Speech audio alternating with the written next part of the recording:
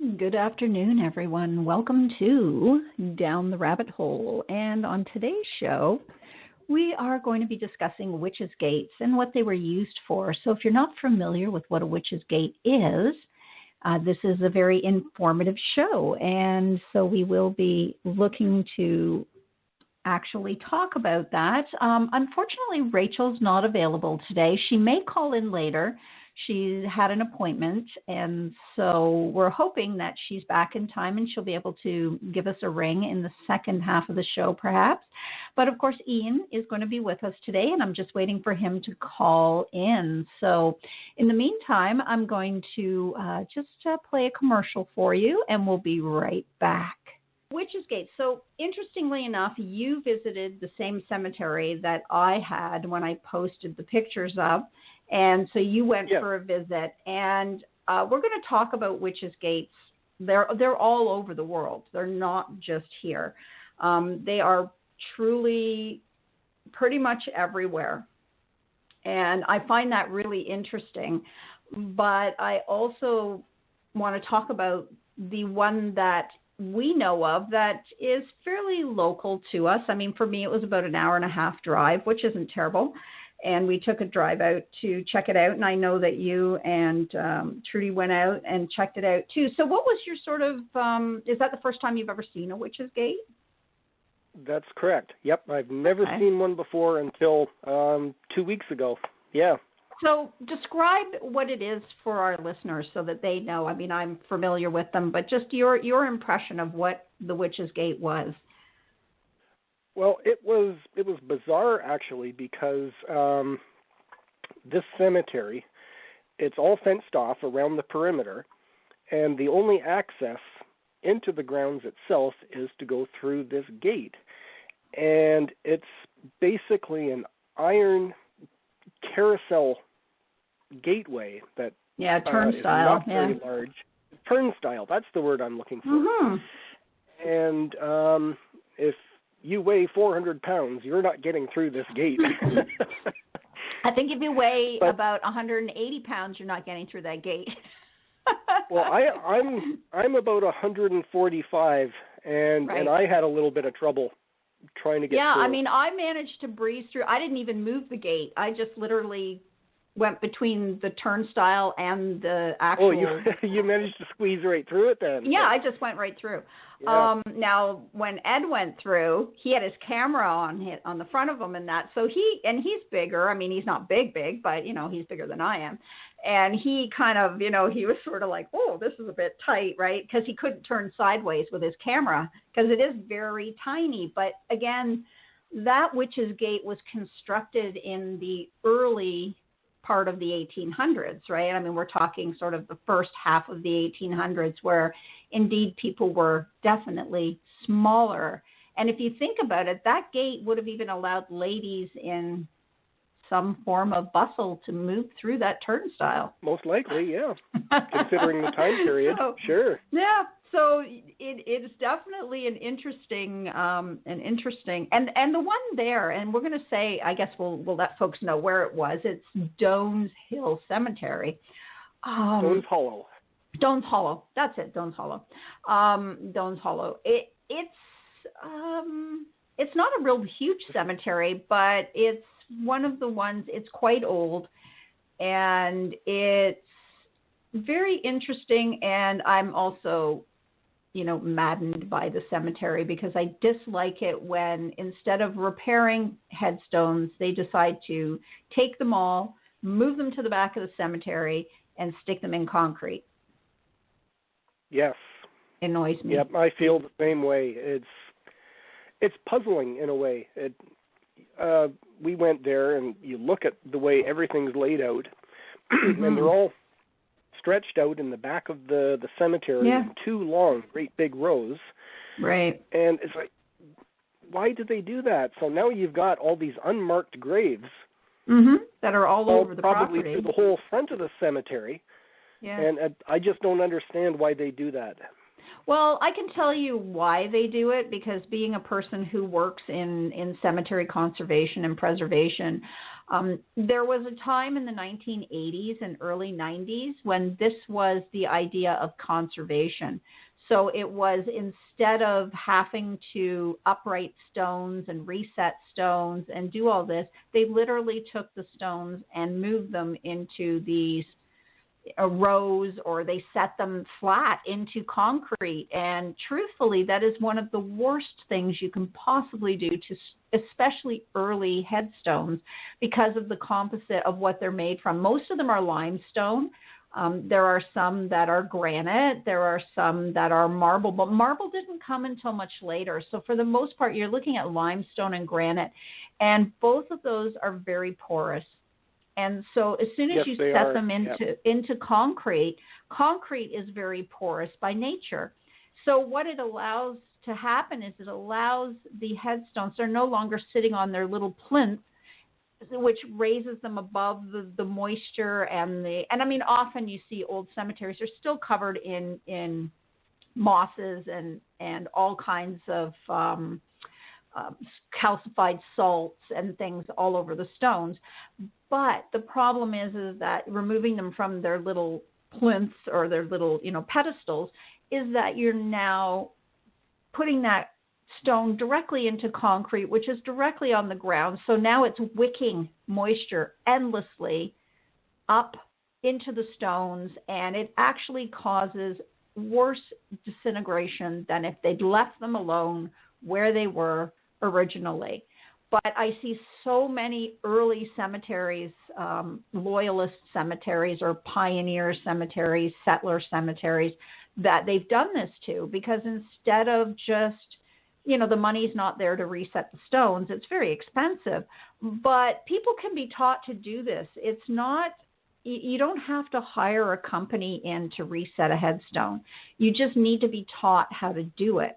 And, something as simple as 2 iron brackets driven into the ground, and, you slide that headstone back down into that piece, and you keep it above the moisture, by an inch or so off the ground, it will stay for another 100 years. But the problem is that this was a way of sort of rectifying these old cemeteries that they felt were, falling into the ground. And for the most part, because they're not attached to churches anymore, if they ever were, some of them are graveyards, some of them are cemeteries, right? And we should sort of talk about the difference of that so people understand that a graveyard is attached to a church. And even though that church may not be there any longer, it was originally a church burial. But a cemetery is not. A cemetery is a public plot of land where people can be buried, and often people from multiple denominations were buried there. So you might have had Methodists and Lutherans, and they might have been in their own section of the cemetery, but it's not the same as a graveyard. But this is kind of the issue, that this happened in the 80s and into the 90s, where this conservation method was used. And it's, for me, I hate seeing it, because every time I see it, the stones look like they're in worse condition than they would have been if they were left alone. And one thing I noticed, at least about Doan's Hollow, is that there were a number of obelisks that they did. Well, they did leave the obelisks in place, probably just because they were too precarious to actually try and move them. But for the most part, yeah, this little cemetery now is, in my perception, perhaps the town has a record of burial placements within the cemetery itself, but more than likely that's been lost to time as well. And so, for me, because I'm an archaeologist and because I do a lot of this, I can look at that cemetery and I can see, for the most part, where many of the grave sites still are. You can tell by the land, the mound, the way that the earth is on the property.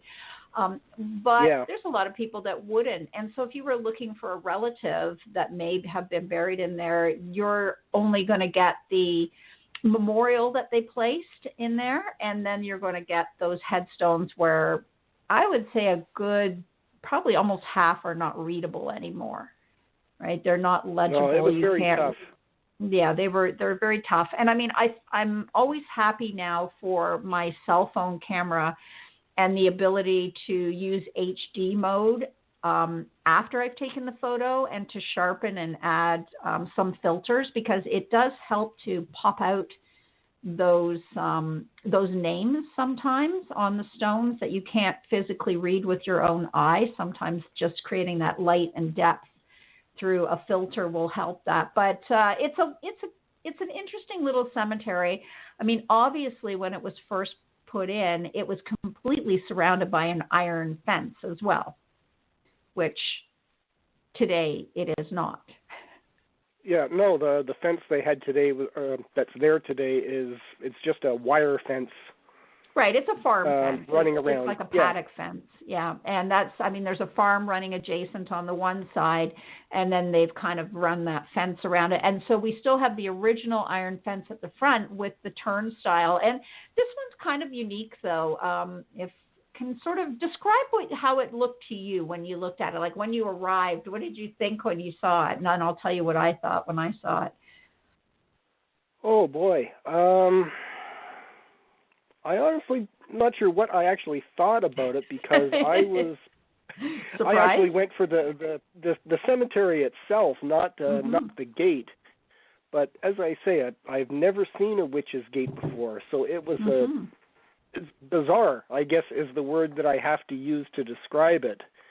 On seeing it for the first time, because being here in the city of Hamilton, there's a million cemeteries around here. Right. And there's nothing in any of these cemeteries where I live that even resembles having something like that at the entrance. No, and that's as I say, you kind of squeezed your way through, and this big, heavy iron turnstile just let out this horrendous screech when you moved it, because God knows when it was last oiled. And, well, probably a few weeks ago when I was there. No, I'm just kidding. We didn't oil it either. But it's just a bizarre thing. I know, and that one's really unique too. Like I've seen a number of them in other places, but what I found about that one was it's so ornate. It's it comes up in a big arch over the entrance, and I say big arch, so if you're 6 feet tall, you're going to hit your head on it, but. Right. But it is, it's this big arch, and then you've got this very large, tall turnstile. So unlike the old turnstiles that, some witches' gates are, where it's just sort of like when you go into the public transit, the subway, and you would push through with that bar with your hip. This one is actually for, I guess what I would say, like gate type panels that are put together in a circle on the turnstile, and they're nearly, I mean, when I pass by, it's got to be 5 feet tall, just those panels. So they were really making sure they were keeping the witches out, because it would be really hard to move through that without having to touch it with a part of your body. There's no way you could. Right, so that one was really interestingly constructed, and I found it really neat to look at. I've got some pictures up on Facebook, and I've got them up on my Google and a few other things to show, because it's different than some of the other ones that I've seen. I mean, there's ones in the UK. Some of them are even odder looking. This one's quite beautiful and quite ornate, I found, the one at Doan's Hollow. It really is. It's quite something just to see the gate itself. But some of the other ones, there's another one, and it's in the UK, and I can't remember offhand where it is off the top of my head now. I have a book. I've got a lot of books of cemetery stuff. But it's interesting because it's almost like a top, the spinny top like you would get with your finger, like, and you would turn it, spin it like a kid's top. Mm-hmm. It's like that, right? So but it's kind of open on the bottom, but it really looks like that. So you sort of have to move through it, and at the same time possibly step over these metal pieces? Because I know the one at Doan's Hollow, there's an iron bar that runs across the bottom as well.